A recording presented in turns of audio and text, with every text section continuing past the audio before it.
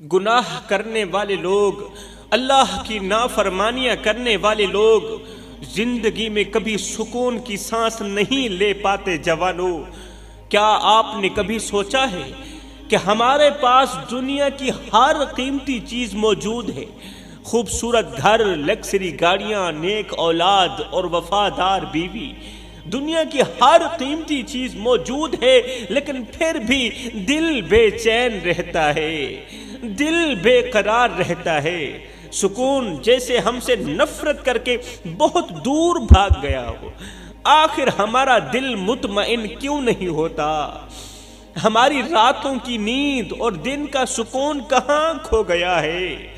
کیا آپ نے تنہائی میں بیٹھ کر کبھی یہ سوچا ہے کہ کہیں میرے اعمال میں کوئی ایسا گناہ تو شامل نہیں، میرے کاموں میں کوئی ایسا گناہ تو شامل نہیں جو اللہ کو سخت ناپسند ہو؟ کیونکہ اللہ کے ناپسندیدہ کاموں میں سکون نہیں ہوتا میرے بھائیوں۔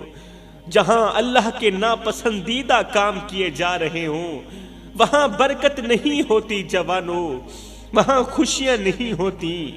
ہم پیروں کے پاس تو گئے، مولویوں کے پاس جا کر بے سکونی کے شکوے تو کیے، لیکن کبھی اپنے دل کے مفتی سے نہ پوچھا کہ یہ بے سکونی کیوں ہے؟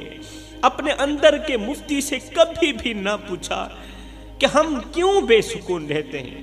ہم نے دنیا کے ہر دروازے پر دستک دی، ہر اچھے برے دروازے پر دستک دی، لیکن اپنے رب کے دروازے پر سچے دل سے رجوع نہ کیا۔ یاد رکھو جوانوں، جب تک ہم اپنے گناہوں کو چھوڑ کر اللہ کی طرف نہیں لوٹیں گے سکون کبھی بھی نصیب نہیں ہوگا۔ اللہ تعالیٰ قرآن مجید میں فرماتا ہے، الا بذکر اللہ تطمئن القلوب، جان لو کہ دلوں کا سکون صرف اللہ کے ذکر میں ہے۔ کسی نے کہا خوبصورت گاڑی خرید لو تمہیں سکون ملے گا۔ ہم نے خوبصورت گاڑی خرید لی لیکن پھر بھی سکون نہ ملا۔ کسی نے مشورہ دیا خوبصورت گھر بنا لو تمہیں سکون نصیب ہوگا۔ ہم نے شاندار گھر بنا لیا لیکن دل کی بے چینی وہیں کی وہیں رہ گئی۔ پھر کسی نے کہا خوبصورت عورت سے شادی کر لو، خوبصورت لڑکی سے شادی کر لو تمہیں لذت اور سکون ملے گا، تمہارے دل کو راحت ملے گی۔ ہم نے یہ بھی کر لیا لیکن سکون کا احساس پھر بھی نہ ہوا۔ زمین کا چپا چپا چھان مارا، دنیا کی ہر عیش و عشرت کو آزما لیا لیکن دل کی بے سکونی نے پیچھا نہ چھوڑا۔ ایک دن ہم مسجد کے قریب سے گزر رہے تھے، مسجد کے اندر جانے کا خیال تو دل میں نہ آیا۔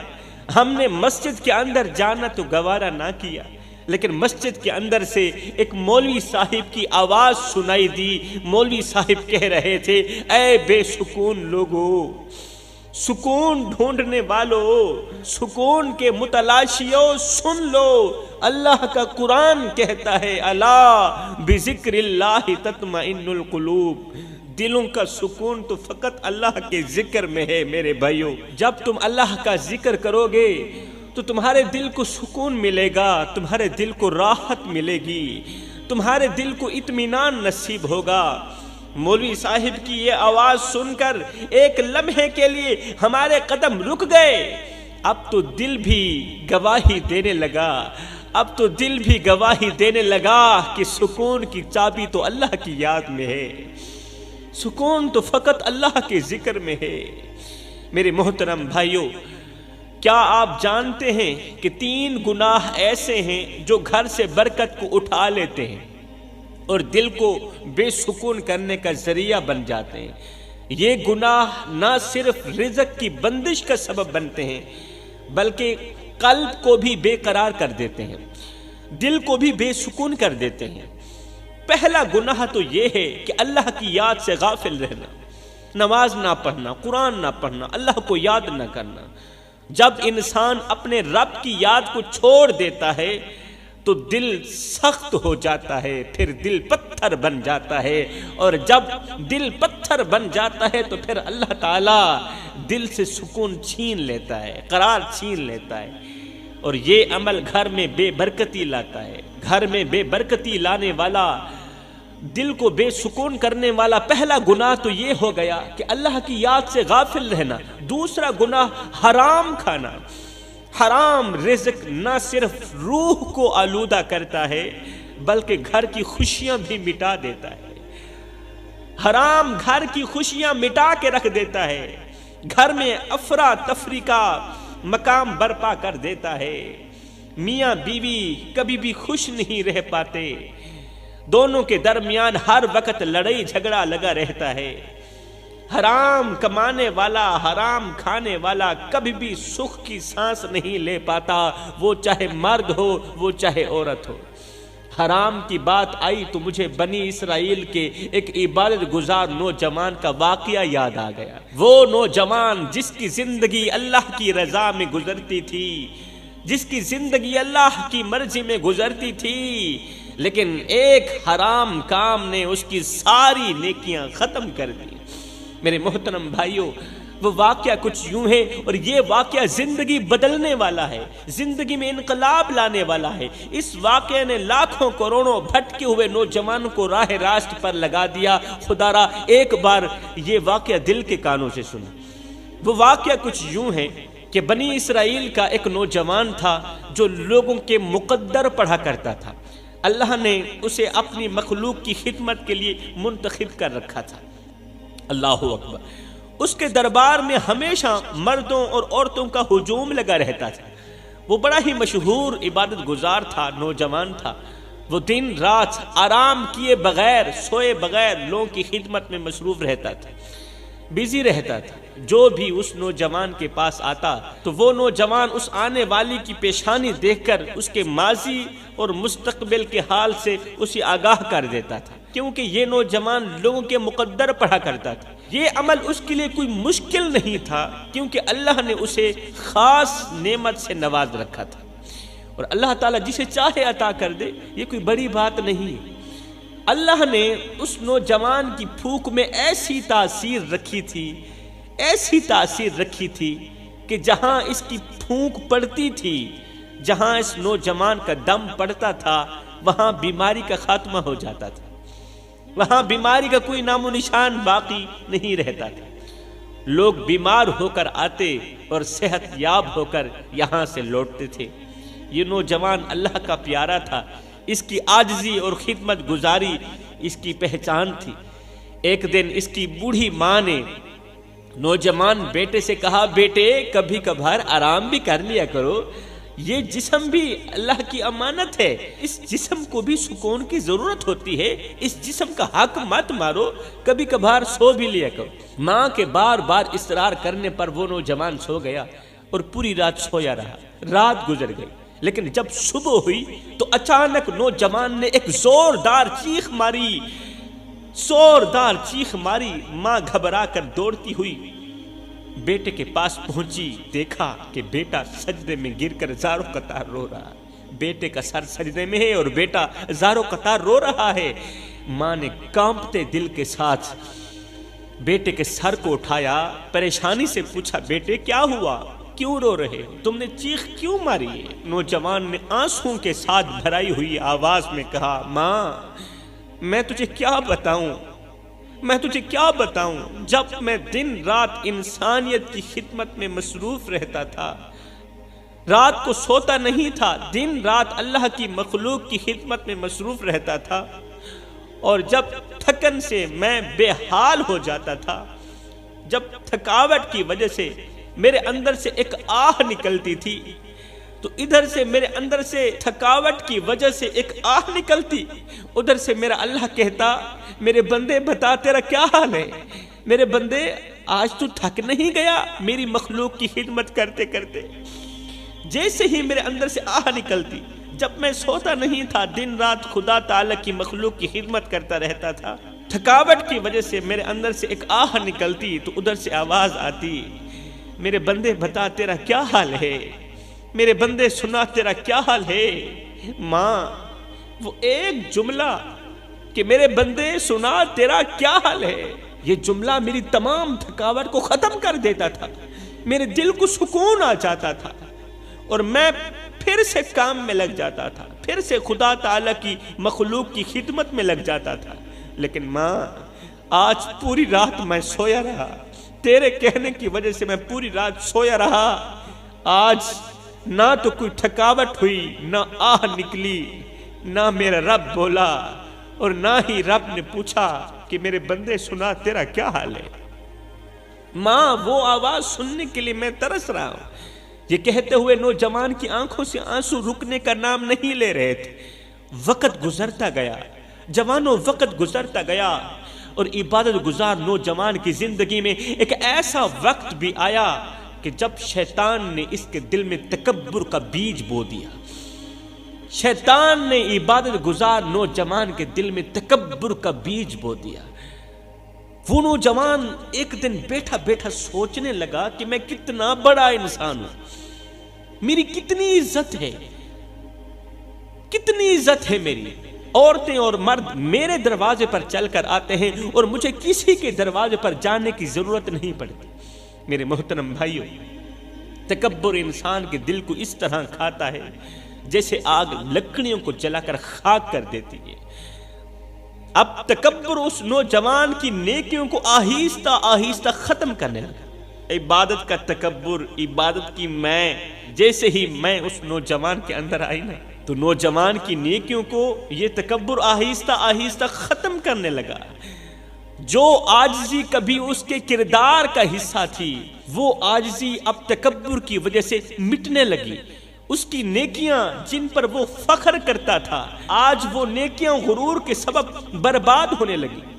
اب تکبر نے اس نوجوان کی نیکیوں کو آہستہ آہستہ کھانا شروع کر دیا۔ ایک دن کا واقعہ ہے کہ ایک دن حسن کی ملکہ جیسی ایک شہزادی، جو اپنے مقدر کا ستارہ غروب ہونے اور مستقبل کے بارے میں جاننے کے لیے بے چین تھی، وہ خوبصورت لڑکی اس نوجوان کے دربار میں حاضر ہوئی۔ اپنے مقدر کے بارے میں جاننے کے لیے اس نوجوان کے دربار میں ایک خوبصورت لڑکی حاضر ہوئی۔ وہ لڑکی انتہائی خوبصورت تھی، حسن کی ملکہ شہزادی تھی، اور اس کا چہرہ پردے میں لپٹا ہوا تھا، اس نے حجاب کیا ہوا تھا۔ وہ لڑکی اس اللہ والے نوجوان کے سامنے آ کر بیٹھ گئی۔ وہ اللہ والا جو اس وقت تکبر کی دلدل میں بری طرح پھنسا ہوا تھا۔ لڑکی نے سامنے بیٹھ کر کہا کہ میں اپنے مقدر کے بارے میں جاننا چاہتی ہوں۔ نوجوان نے لڑکی کو دیکھا اور کہا تمہارا مقدر پڑھنے کے لیے تمہاری پیشانی سے کپڑا ہٹانا ہوگا۔ لڑکی نے جھجکتے ہوئے اپنی پیشانی سے کپڑا ہٹایا۔ جیسے ہی راہب نوجوان کی نظر اس لڑکی کی پیشانی پر پڑی تو وہ اس کے حسن کو دیکھتے ہی دنگ رہ گیا، حیران رہ گیا۔ ساتھ میں شیطان بیٹھا تھا۔ شیطان نے اس موقع سے فائدہ اٹھاتے ہوئے نوجوان کی آنکھوں پر غفلت کے پردے ڈال دیے۔ اب نوجوان سوچنے لگا کہ جس کی پیشانی اتنی حسین ہے اس کا چہرہ کتنا حسین ہوگا، جس کی پیشانی اتنی خوبصورت ہے اس کا چہرہ کتنا خوبصورت ہوگا، اس کا بدن کتنا دلکش ہوگا۔ اب نوجوان کے دل میں شیطان کے وسوسے گھر کرنے لگے۔ وہ نوجوان لڑکی کے حسن کو تکتا رہا، نظریں ہٹا ہی نہیں رہا تھا۔ ایک لمحہ گزر گیا، پھر گھنٹہ گزر گیا، پھر 2 گھنٹے بیت گئے، مگر وہ نوجوان ہوش میں نہ آیا۔ اس قدر لڑکی کے حسن کی دلدل میں پھنسا۔ پہلے تو وہ تکبر کی دلدل میں پھنسا ہوا تھا، اب تکبر اسے کچھ دکھا رہا تھا کہ جو لوگ مجھے اپناتے ہیں نا، پھر میں ان کو کس طرح تباہ و برباد کرتا ہوں۔ تکبر اسے کچھ دکھانا چاہتا تھا۔ پہلے تو وہ تکبر کی دلدل میں پھنسا ہوا تھا، اب وہ لڑکی کے عشق میں پھنس گیا۔ وہ نوجوان ہوش میں نہ آیا، وہ اپنی عاجزی اور نیکی کی راہ سے دور ہو کر حسن کی دلدل میں پھنستا چلا جا رہا تھا۔ لڑکی کو دیکھتے دیکھتے وہ نوجوان بے ساختہ کہنے لگا، یا اللہ، میں نے اپنی پوری زندگی تیری انسانیت کی خدمت میں گزاری ہے، میں نے تجھ سے کبھی کچھ نہیں مانگا۔ راتوں کی تنہائیوں میں اٹھ اٹھ کر میں تجھے سجدے کرتا رہا، میں نے تجھے کچھ نہیں مانگا۔ اللہ، دن رات ایک کر کے میں دن کو روزہ رکھتا ہوں، پوری رات تیری عبادت کرتا ہوں، میں نے تجھ سے کبھی کچھ نہیں مانگا۔ اللہ، پوری رات پورا دن میں تیری مخلوق کی خدمت کرتا ہوں، میں نے تجھ سے کچھ نہیں مانگا، لیکن آج میری خالی جھولی بھرنے کا وقت آ گیا ہے، آج میرا خالی دامن بھرنے کا وقت آ گیا ہے۔ اے میرے رب، مجھے مایوس مت کرنا، پچھلے 200 سال کی خدمت کا اجر مجھے اسی خوبصورت لڑکی کے روپ میں دے دے۔ پچھلے 200 سال کی خدمت کی جو جزا ہے نا، مجھے اسی خوبصورت لڑکی کے روپ میں اسی دنیا میں ہی دے دے۔ جو قیامت کے دن اجر دینا ہے نا، وہ دنیا میں ہی دے دے۔ اس لڑکی کو میرا نصیب بنا دے۔ اے اللہ، میں تجھ سے اپنی عبادت کا اجر مانگ رہا ہوں، مجھے یہ اجر دے دینا۔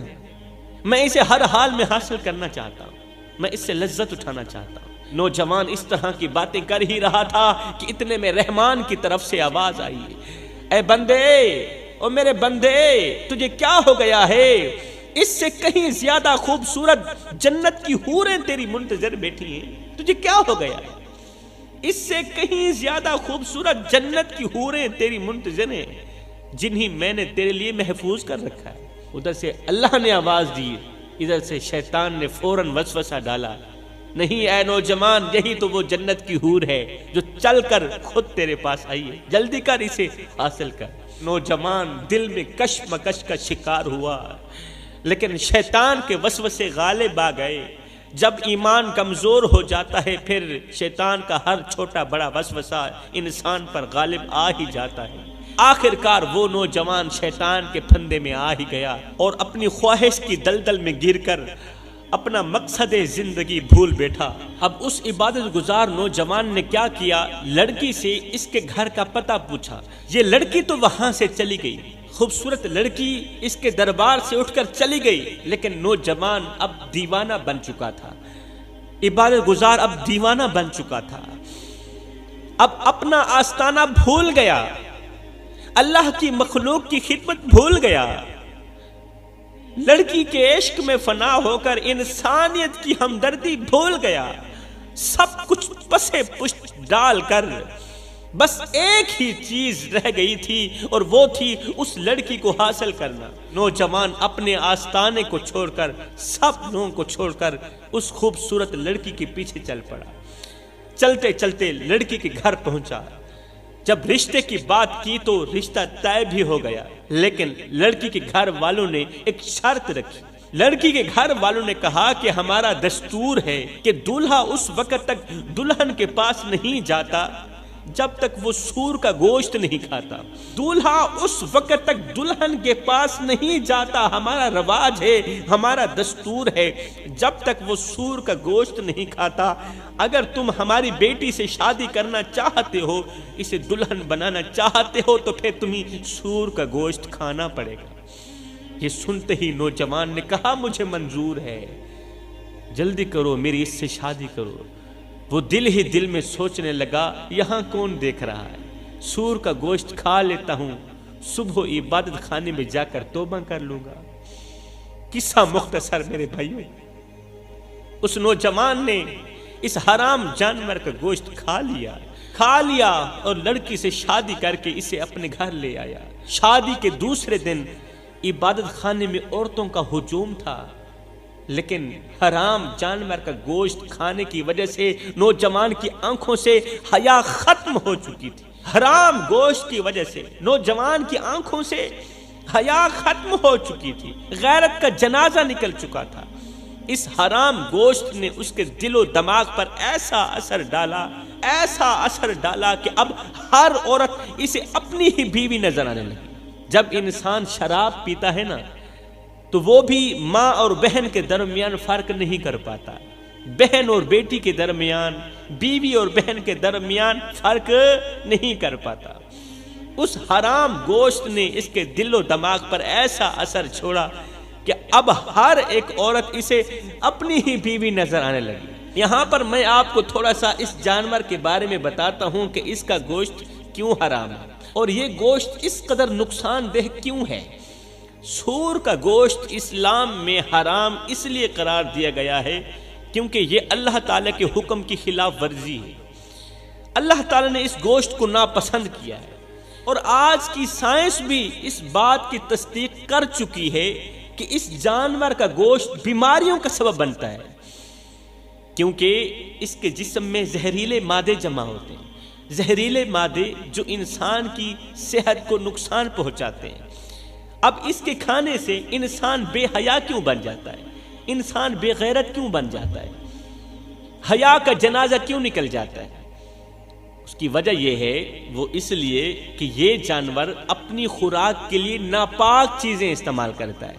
جب اسے بھوک لگتی ہے نا، سور کو جب بھوک لگتی ہے تو یہ ناپاک چیزیں کھاتا ہے۔ کچھ لوگ تو کہتے ہیں کہ یہ اپنا فضلہ خود کھاتا ہے، مطلب مردار چیزیں کھاتا ہے۔ اور قرآن پاک میں اللہ تعالیٰ نے واضح طور پر فرمایا کہ حرام چیزیں انسان کی روح اور جسم دونوں کے لیے نقصان دہ ہوتی ہیں۔ حرام چیزیں انسان کی روح کے لیے بھی نقصان دہ اور انسان کی باڈی کے لیے بھی نقصان دہ ہوتی ہے۔ یہ جانور جہاں کہیں بھی رہے گا وہاں رحمت کے فرشتے نہیں ہیں۔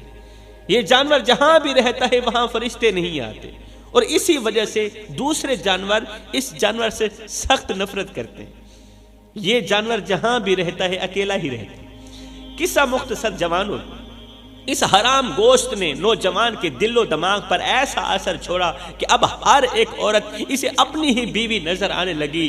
افسوس، حیا اور تقوی جو کبھی اس کی پہچان تھے وہ سب ختم ہو چکے تھے۔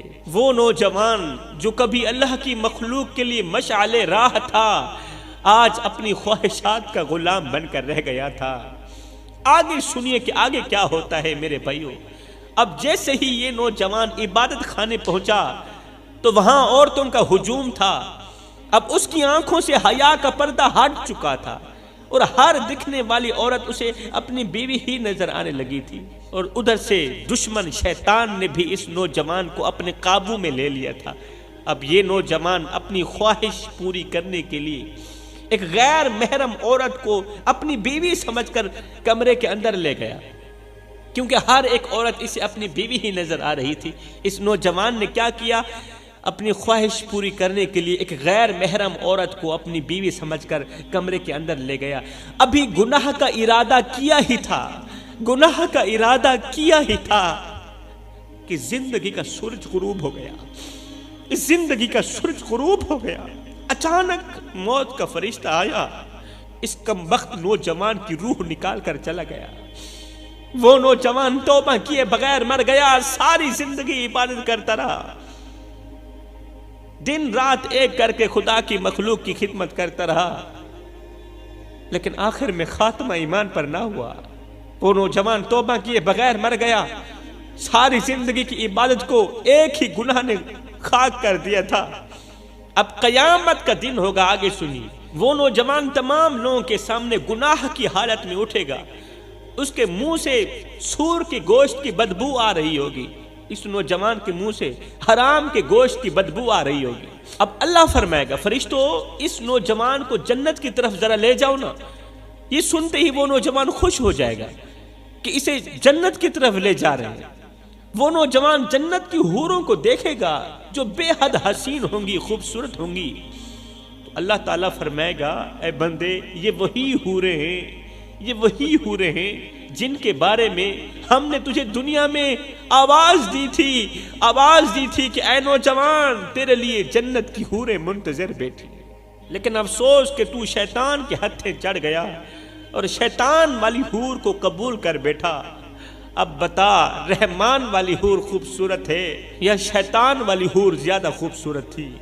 اب یہ نوجوان ندامت اور شرمندگی سے یہ کہے گا کہ اے میرے رب، بتا تو صحیح، آخر میں نے کون سا ایسا گناہ کیا تھا؟ اس ایک گناہ کی وجہ سے میری تمام عبادت گناہوں میں بدل گئی اور میرا عروج زوال میں بدل گیا۔ اللہ فرمائے گا، تیرا گناہ یہ ہے کہ تو نے وہ کھایا جو مجھے پسند نہیں تھا، وہ سور کا گوشت جسے میں نے حرام کر دیا تھا۔ تو نے سور کے گوشت کو اپنے نفس کی خواہش کے لیے قبول کر لیا، اور اس ایک گناہ نے تیری تمام نیکی کو مٹا کے رکھ دیا، اس لیے کہ تو بغیر توبہ کے مر گیا۔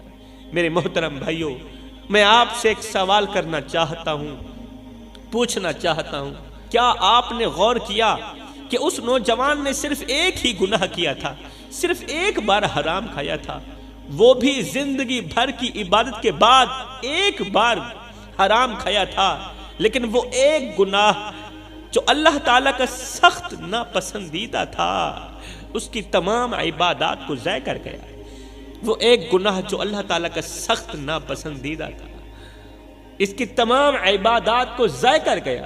اس کی پوری زندگی کی نیکیاں اس ایک گناہ کے بوجھ تلے دب کے رہ گئی اور وہ ہمیشہ کے لیے جہنم واصل ہو گئے، بغیر توبہ کے مر گیا، خاتمہ ایمان پر نہ ہوا۔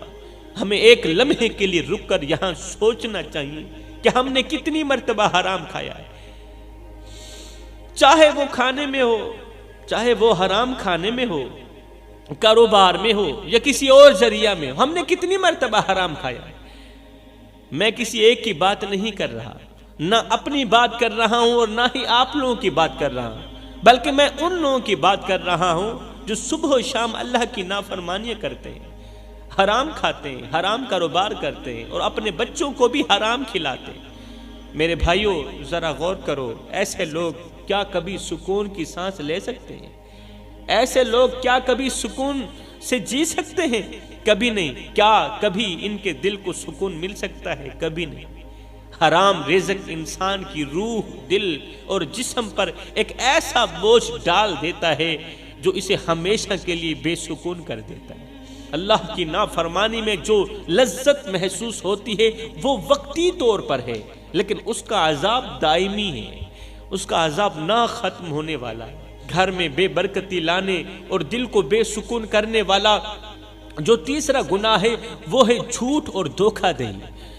جب گھر میں جھوٹ کا بول بالا ہوگا، جب معاملات میں دھوکہ دہی شامل ہوگی اور جب زبان سچ کے بجائے جھوٹ بولنے کی عادی ہو جائے گی تو اس کا اثر نہ صرف دلوں پر ہوگا بلکہ رزق پر بھی ہوگا۔ اللہ اکبر، غور کیا نا؟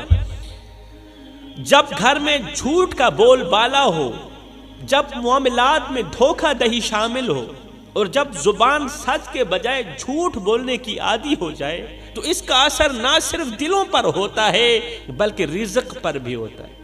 جھوٹ اور دھوکہ انسان کی روح کو آلودہ کر دیتے، گندا کر دیتے، گھر کے سکون کو چھین لیتے ہیں یہ گناہ، اور اللہ کی رحمت کو دور کر دیتے ہیں یہ گناہ۔ میرے کریم نبی نے فرمایا جھوٹ تباہی کی طرف لے جاتا ہے، بربادی کی طرف لے جاتا ہے، اور تباہی انسان کو جہنم تک پہنچا دیتی ہے۔ جھوٹ ایک ایسی بیماری ہے جو نہ صرف انسان کی عزت کو ختم کر دیتی ہے بلکہ اس کے رزق سے برکت کو بھی اٹھا لیتی ہے۔ ایسے گھر جہاں جھوٹ بولا جاتا ہو وہاں برکت نہیں رہتی اور سکون ہمیشہ کے لیے اس گھر سے ختم ہو جاتا ہے۔ اللہ ہمیں جھوٹ اور دھوکے سے بچنے کی توفیق عطا فرمائے، اللہ ہمیں سیدھی راہ پر چلائے، اللہ ہمیں نیک کام کرنے کی توفیق عطا فرمائے اور ان گناہوں سے سخت نفرت کرنے کی توفیق عطا فرمائے جو گناہ میرے اللہ کو بہت زیادہ ناپسند ہے۔ لاس اینجلس کے حالات اس وقت اس قدر خراب ہیں، اس قدر گھٹیا ترین ہیں کہ ہر طرف سے آگ ہی آگ نظر آ رہی ہے۔ میں کہتا ہوں آگ نہیں، اسے آگ نہیں کہوں گا، اسے عذاب کہوں گا۔ ہر طرف سے اللہ کا عذاب ہی عذاب نظر آ رہا ہے۔ ہائے، قیمتی سے قیمتی چیزیں، بلند عمارتیں، جدید ترین سہولتیں اور خوشنما مناظر سب کچھ آگ کے شعلوں میں لپٹ چکے ہیں میرے بھائیوں۔ سینکڑوں مربع کلومیٹر کا علاقہ اس آگ نے گھیر لیا ہے۔ دنیا کے بہترین وسائل اور بہترین ماہر آگ بجھانے کی کوشش کر رہے ہیں، لیکن آگ کے شعلے ہیں کہ کم ہونے کا نام ہی نہیں لے رہے، آگ کے شعلے ہیں جو بجھنے کا نام ہی نہیں لے رہے۔ سوچنے والی بات ہے کہ اگر یہ آگ کسی انسان کی لگائی ہوئی ہوتی تو شاید بجھائی جا سکتی تھی، اگر یہ آگ کسی انسان کی طرف سے لگائی ہوئی ہوتی تو شاید یہ آگ بجھائی جا سکتی تھی، لیکن یہ تو قدرت کا عذاب معلوم ہوتی ہے، یہ تو اللہ کا عذاب معلوم ہوتی ہے۔ یہ پانی سے کیسے بجھ سکتی ہے؟ یہ وسائل سے کیسے بجھ سکتی ہے؟ یہ وہ آگ ہے جو معصوم بچیوں کی سسکیوں سے لگائی گئی ہے، جو مظلوم بچیوں کی سسکیوں سے لگائی گئی ہے۔ یہ آگ تمہارے پانی سے بھلا کیسے بجھ سکتی ہے؟ یہ ان مظلوموں کی بد دعاؤں کا نتیجہ ہے جنہیں کسی نے بے وجہ ستایا، جن مظلوم بچیوں کو کسی نے بے وجہ ستایا، جن کے حقوق پامال کیے گئے، جنہیں بنا کسی جرم کے سولی پر چڑھا دیا گیا، یہ ان معصوم چہروں کی آہوں کا اثر ہے جنہیں بے دردی سے رلایا گیا، بے دردی سے تڑپایا گیا، ماؤں کی گودیں اجاڑ دی گئی، بچوں کو سینے سے چھین لیا گیا، بہنوں کے سہاگ لوٹے گئے اور خاندانوں کے خاندان خاک میں ملا دیے گئے۔ انہیں اپنے گھروں سے نکال کر گلیوں میں بے یار و مددگار چھوڑ دیا گیا، سڑکوں پر بے یار و مددگار چھوڑ دیا گیا۔ آج بھی وہ بے یار و مددگار بیٹھے ہیں، اللہ کے آسمان کے نیچے بیٹھے ہیں اور ہم سب سے مدد کی اپیل کر رہے ہیں، مگر ہم لوگ خاموش بیٹھے، ہم لوگ سوئے ہوئے ہیں، ہمارے کان ان کی بات سننا گوارا نہیں کر رہے، ان کی اپیل سننا، ان کی مدد کی فریادیں سننا گوارا نہیں کر رہے۔ آج در بدر کی خاک چھان رہے ہیں وہ مظلوم، ان کا قصور کچھ بھی نہیں تھا، کچھ بھی نہیں تھا ان کا قصور، قصور صرف اتنا تھا کہ وہ کمزور تھے، قصور صرف اتنا تھا کہ وہ بیچارے بے بس تھے، مظلوم تھے اور ظالموں کے ہاتھ چڑھے ہوئے تھے۔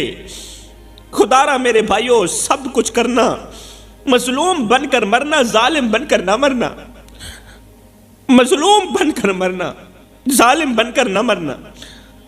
اگر ظالم بن کر مرو گے تو قیامت کے دن حجاج بن یوسف کے ساتھ اٹھائے جاؤ گے، اگر ظالم بن کر مرو گے تو قیامت کے دن فرعون کے ساتھ اٹھائے جاؤ گے، اگر ظالم بن کر مرو گے تو قیامت کے دن نمرود کے ساتھ اٹھائے جاؤ گے، اور اگر مظلوم بن کر مرو گے، اگر مظلوم بن کر مرو گے تو قیامت کے دن مولا حسین کے ساتھ اٹھائے جاؤ گے، اگر مظلوم بن کر مرو گے تو قیامت کے دن کربلا والوں کے ساتھ اٹھائے جاؤ گے۔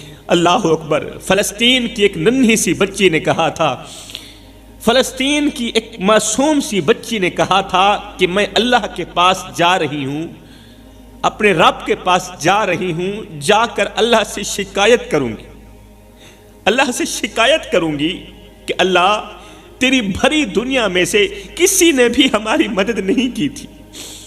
اس عذاب کو دیکھ کر، لاس اینجلس میں لگی آگ کو دیکھ کر، اس عذاب کو دیکھ کر مجھے لگتا ہے اس مظلوم بچی کی دعا قبول ہو ہی گئی، اس معصوم بچی کی دعا قبول ہو ہی گئی، جس نے کہا تھا اے اللہ میں اس زمین پر انصاف تلاش کرتی رہی، انصاف تلاش کرتے کرتے تھک گئی، میں چیختی رہی، چلاتی رہی، بھوک سے بلکتی رہی، لیکن کوئی میرے درد کو نہ سمجھ سکا، کوئی میرے دکھڑوں کو نہ سمجھ سکا، میری فریاد تیرے بندوں نے نہ سنی۔ اللہ دنیا بھری پڑی تھی تیرے بندوں سے، مگر میری فریاد سننے والا کوئی بھی نہیں تھا۔ میرے آنسو گواہ ہیں کہ میں نے انصاف کے لیے کتنی دعائیں کی، انصاف کے لیے کتنا روئی، تیرے بندوں سے بھیک مانگتی رہی انصاف کی، لیکن تیرے بندوں نے میری فریاد سننا گوارا ہی نہ کی۔ اللہ تو مظلوموں کی مدد کرنے والا ہے، ظالموں کو اپنے انجام تک پہنچا۔ اللہ نے اس مظلوم بچی کی دعاؤں کو قبول کر لیا ہوگا۔ وہ بچی تو چلی گئی، لیکن اس کے آنسو زمین پر پڑتے ہی آگ بن گئے۔ کن کے لیے آگ بن گئے؟ لاس اینجلس والوں کے لیے آگ بن گئے، امریکہ والوں کے لیے وہ آنسو عذاب بن گئے۔ یہ شعلے صرف درختوں، عمارتوں یا چیزوں کو نہیں جلا رہے، درختوں کو صرف نہیں جلا رہے، کسی اور چیزوں کو نہیں جلا رہے صرف، بلکہ ظالموں کے غرور کو خاک میں بھی ملا رہے ہیں، امریکہ والوں کے غرور کو خاک میں بھی ملا رہے ہیں۔ وہ فریاد جو زمین پر دبی رہی آج وہ آسمانوں تک جا ہی پہنچی۔ اللہ نے اپنی قدرت سے یہ پیغام دیا ہے، یہ پیغام دیا ہے، امریکہ والوں کو بتایا ہے کہ میں انصاف کرنے والا ہوں، میں دیکھ رہا ہوں کہ میرے بندوں پر کیا ظلم ہوا ہے، میں دیکھ رہا ہوں۔ آج یہ عذاب اس بات کی گواہی ہے کہ مظلوم کی آہ کبھی رائے گاہ نہیں جاتی، مظلوم کے آنسو کبھی ضائع نہیں جاتے۔ میرے بھائیوں، یہ آگ ایک تنبیہ ہے، لاس اینجلس میں لگی آگ ایک نشانی ہے کہ جو ظلم و زیادتی کرتے ہیں، جو لوگ مظلوموں پر ظلم کے پہاڑ توڑتے ہیں، انہیں کبھی نہ کبھی اپنے کیے کی سزا ضرور بھگتنی ہی پڑتی ہے۔ ظالم بھول جاتا ہے ظالم اس کے دماغ سے نکل جاتا ہے، مگر مظلوم کی خاموشی عرش کو ہلا دیتی ہے، مظلوم کی چپ عرش کو ہلا دیتی ہے۔ کسی کو اتنا مت ستاؤ، کسی کو اتنا مت رلاؤ کہ وہ اللہ کے سامنے تمہارا نام لے کر رو پڑے۔ خدا پاک کی عزت کی قسم، اگر وہ اللہ کے سامنے تمہارا نام لے کر رو پڑا تو یاد رکھنا تمہارے لیے بہت بڑا مسئلہ بن جائے گا، تمہارے لیے بہت بڑی مصیبت کھڑی ہو جائے گی، اس لیے کہ اللہ کا ترازو صرف انصاف ہی تولتا ہے۔ کبھی کسی نے سوچا بھی نہیں تھا، کبھی کسی نے سوچا بھی نہ تھا کہ لاس اینجلس جیسا عظیم اور ترقی یافتہ شہر جو دنیا کا ایک اہم مرکز سمجھا جاتا ہے، لاس اینجلس جیسا عظیم شہر دنیا کا ایک اہم مرکز سمجھا جاتا ہے، وہ اس طرح آگ کے شعلوں میں جل کر تباہ ہو جائے گا، کبھی کسی نے سوچا بھی نہیں تھا۔ یہ آگ ایک سبق ہے، ایک تنبیہ ہے۔ اللہ تعالیٰ فرماتا ہے کہ اگر زمین پر ظلم و زیادتی عام ہو جائے، معصوموں کے حقوق دبائے جائیں اور زمین پر فساد پھیلایا جائے تو میرا عذاب برسنے میں دیر نہیں کرتا۔ یہ اللہ کا فرمان ہے۔ اللہ اکبر۔ جب کسی کو رلاؤ گے، جب کسی کو بے وجہ رلاؤ گے، آئے نہ ہم رہے دل لگانے کے قابل، نہ دل رہا غم اٹھانے کے قابل، نہ ہم رہے دل لگانے کے قابل، نہ دل رہا غم اٹھانے کے قابل۔ ربا تیرے بندوں نے دیے اتنے غم کہ چھوڑا نہ ہمیں مسکرانے کے قابل۔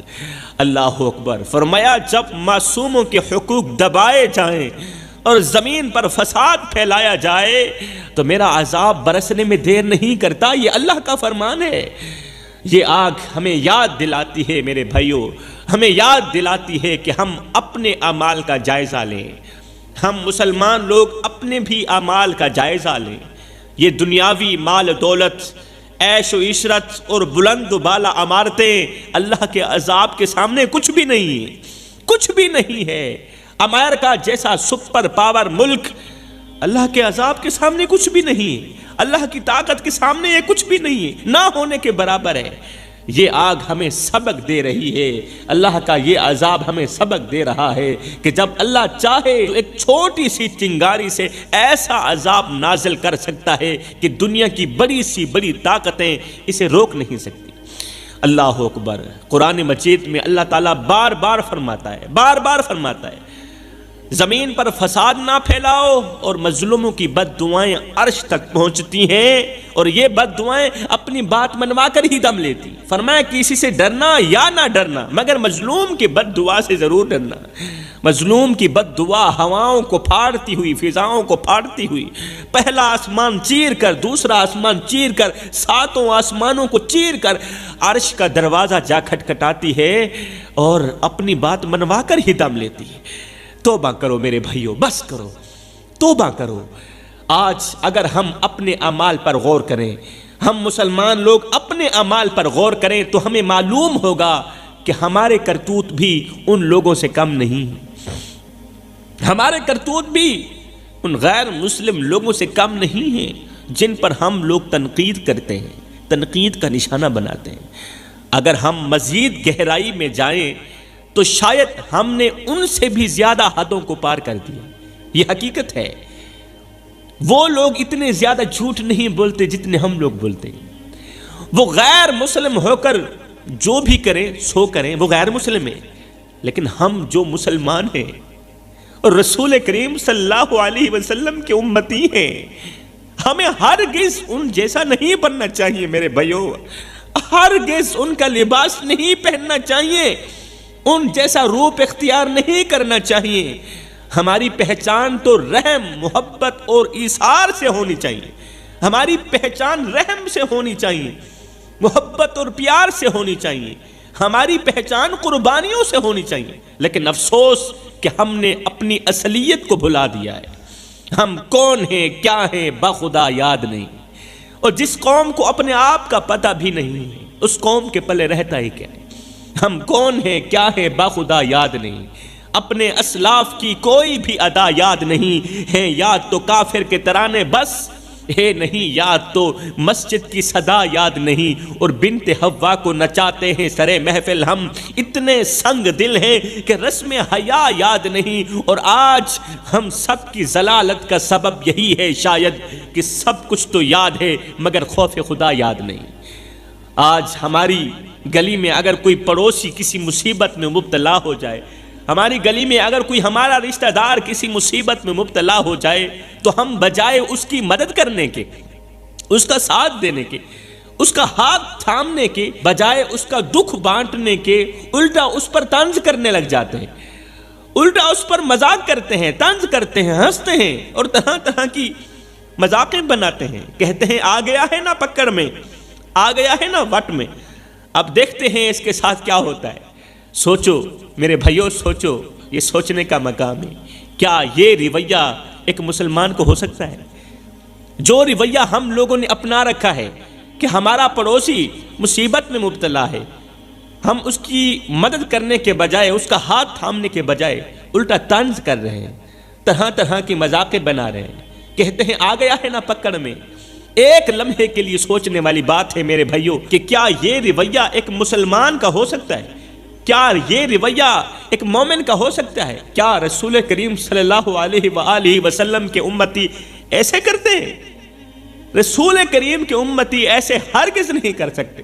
ہمارے نبی تو وہ ہستی ہیں جنہوں نے ہمیشہ کے لیے دوسروں کے دکھوں کو اپنے دکھ سمجھے، دوسروں کے دکھ کو اپنا دکھ سمجھا، دوسروں کے دردوں کو اپنے درد سمجھے، دوسروں کی پریشانیوں کو اپنی پریشانیاں سمجھی۔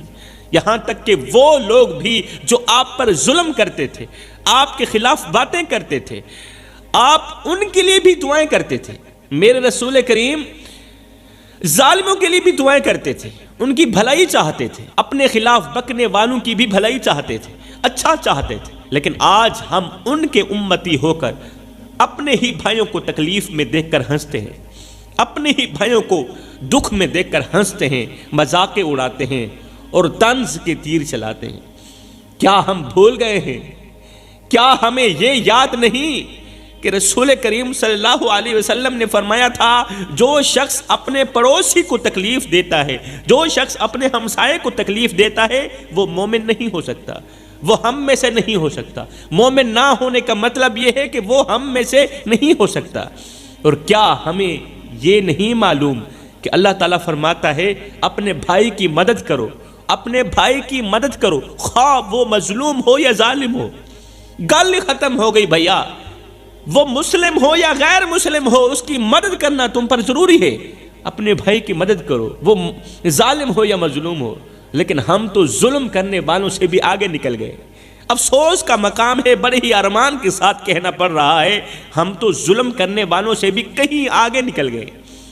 ہم نہ صرف مظلوموں کا ساتھ چھوڑتے ہیں، ہم نہ صرف مظلوموں کا ہاتھ چھوڑتے ہیں بلکہ ان کی مصیبتوں پر خوشی بھی محسوس کرتے ہیں، ان کی مصیبتوں پر، ان کی پریشانیوں پر ہم لوگ خوش بھی ہوتے ہیں۔ بھائیو، یہ وقت ہے توبہ کرنے کا، توبہ کر لو، اپنے دلوں کو صاف کر لو، اپنے اعمال کو درست کر لو۔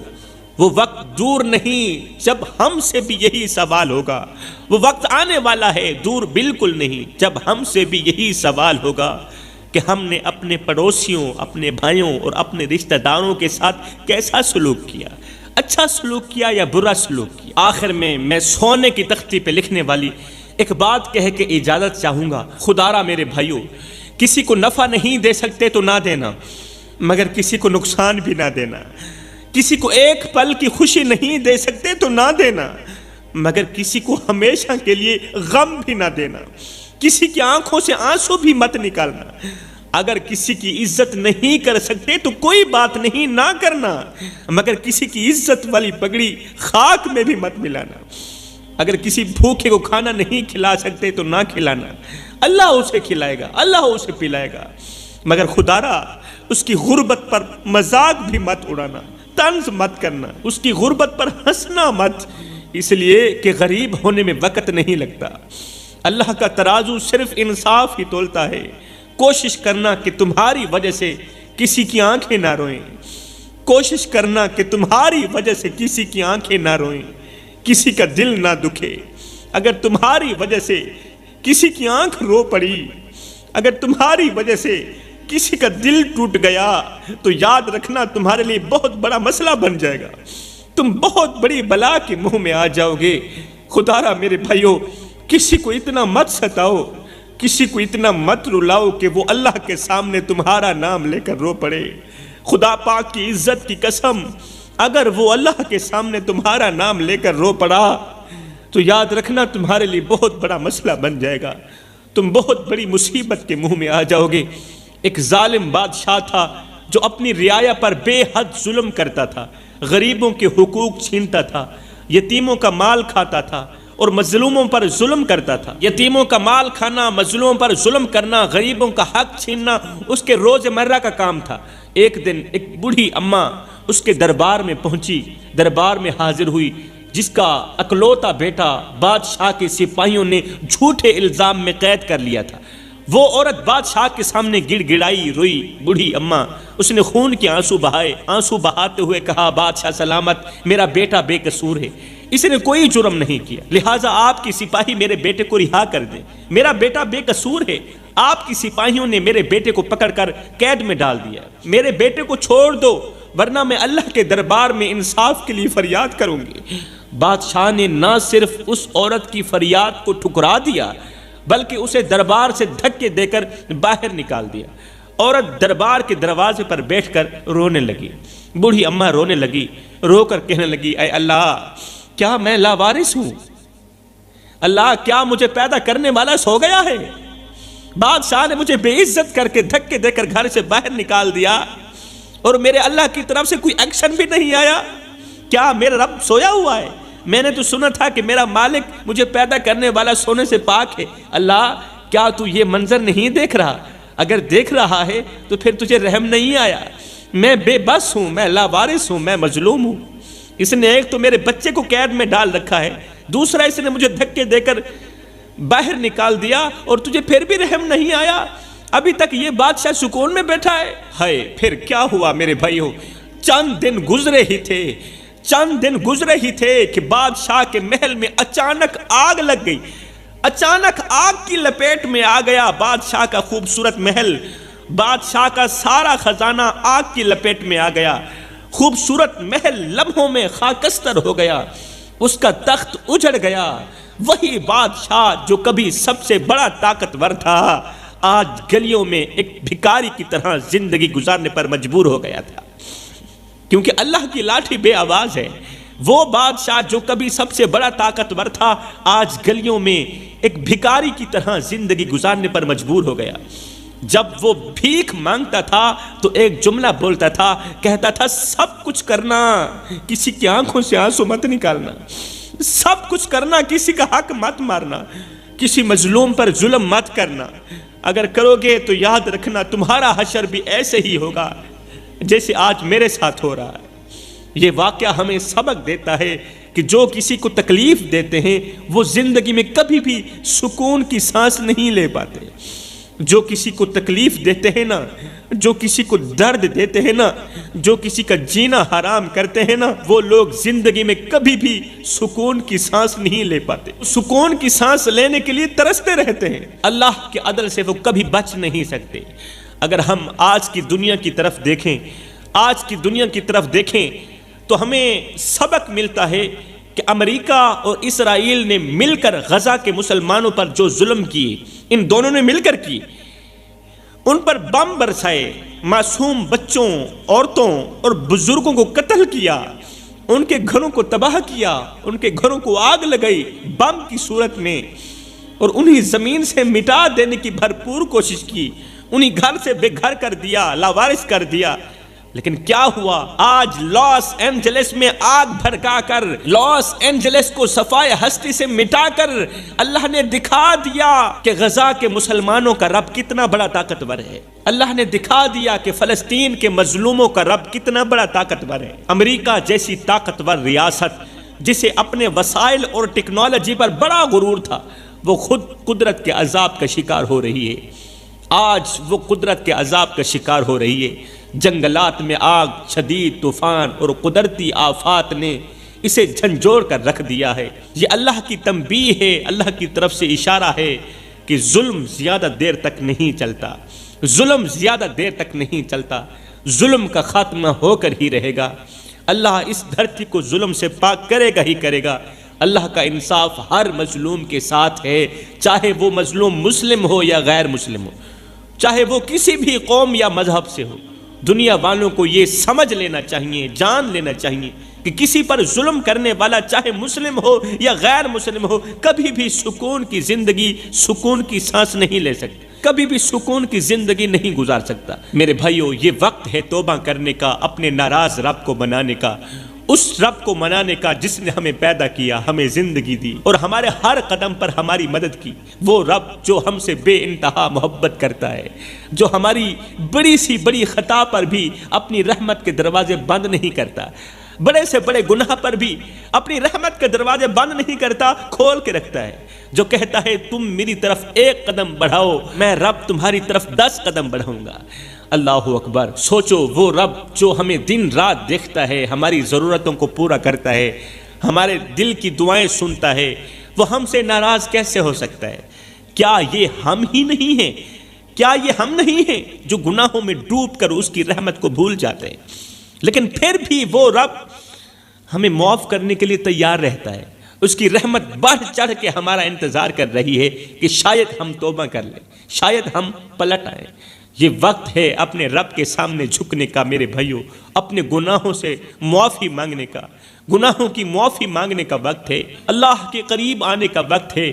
یاد رکھو، جو اللہ سے محبت کرتا ہے، اللہ اسے دنیا و آخرت دونوں میں سرخرو کر دیتا ہے۔ جو اللہ سے پیار کرتا ہے، میں دعا کرتا ہوں اللہ ہمیں جلد از جلد گناہوں سے توبہ کرنے کی توفیق عطا فرما۔ اللہ ہم سب کو نیک بنا دے، ہم سب کو ایک بنا دے، ہم سب کو وہ نیک کام کرا دے جس پر تو بھی راضی ہو جائے، تیرا حبیب بھی راضی ہو جائے۔ آمین ثم آمین، وما علینا الا البلاغ۔